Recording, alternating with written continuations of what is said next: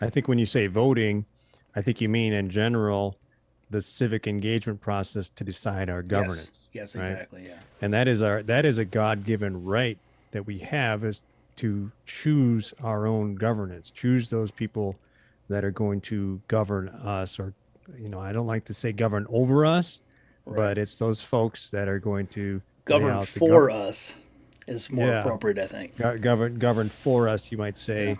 I don't even like to use the word representative because that is abdicating our responsibility, and that's something I Mm. wanted to kind of maybe touch on Okay. real quick, Yeah. right? Was how we've given up our responsibility and our authority to school board members and city councilmen and lawyers and judges, state representatives, state senators, federal folks.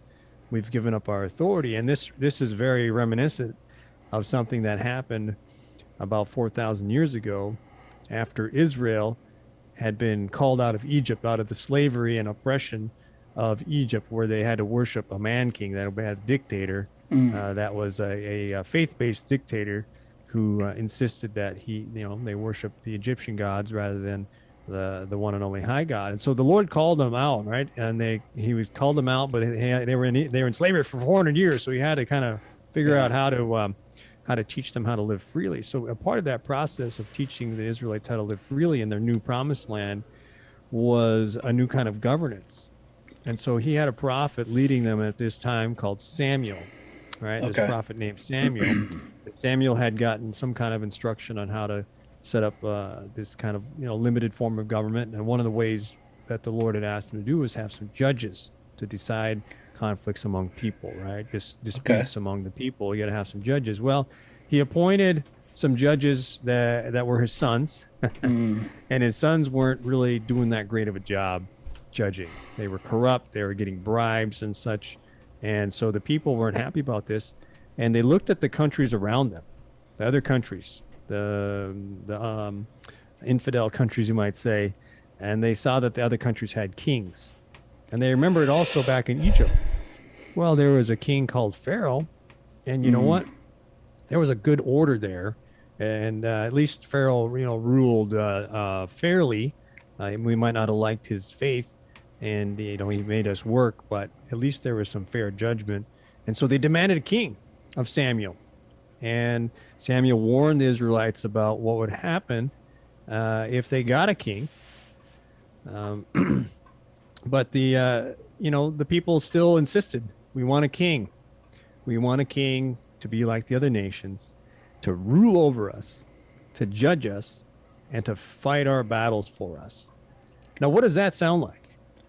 It sounds like going to the polls and electing somebody to represent us, Yeah, to kind of. fight our battles for us, right? To Yeah. rule over us. Okay. So we got to be cautious of that. And we've kind of taken it even to the next level to advocating our responsibility to lawyers and to judges to allow a lawyer to represent us and a judge to Yeah. rule over us. Okay. So what happened, right? So the Samuel went back to the Lord and told him about the people's request. And God said, well, Samuel, don't be dismayed. Don't be discouraged. The people haven't rejected you, Samuel. They've rejected me, the Mm. Lord, Yeah. and they are not worshiping me as their one and only high king, right?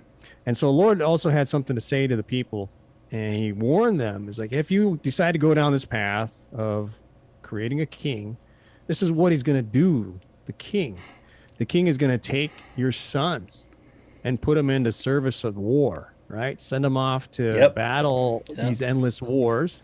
He's going to take your daughters and make them servants, making food to produce and bake and the like. And he's going to take your land, and he's going to take your harvest, and he's going to take a tenth of the best things that you produce and take it for himself. What does that sound like? Yeah. Kind of sounds like how we're living today, right? Kind of conscripting an army, sending them off to endless wars in Ukraine or in Yep. the Middle East. And then also the tenth of what we have, right? It's taxation. And so this is kind of where we're living in a sense, is a kind of kingship that is, I believe, um, yeah, a kind of disobedience to the Lord. Is that there's a next level of Yeah. governance that the Lord's calling us into, and it doesn't look like what we have today.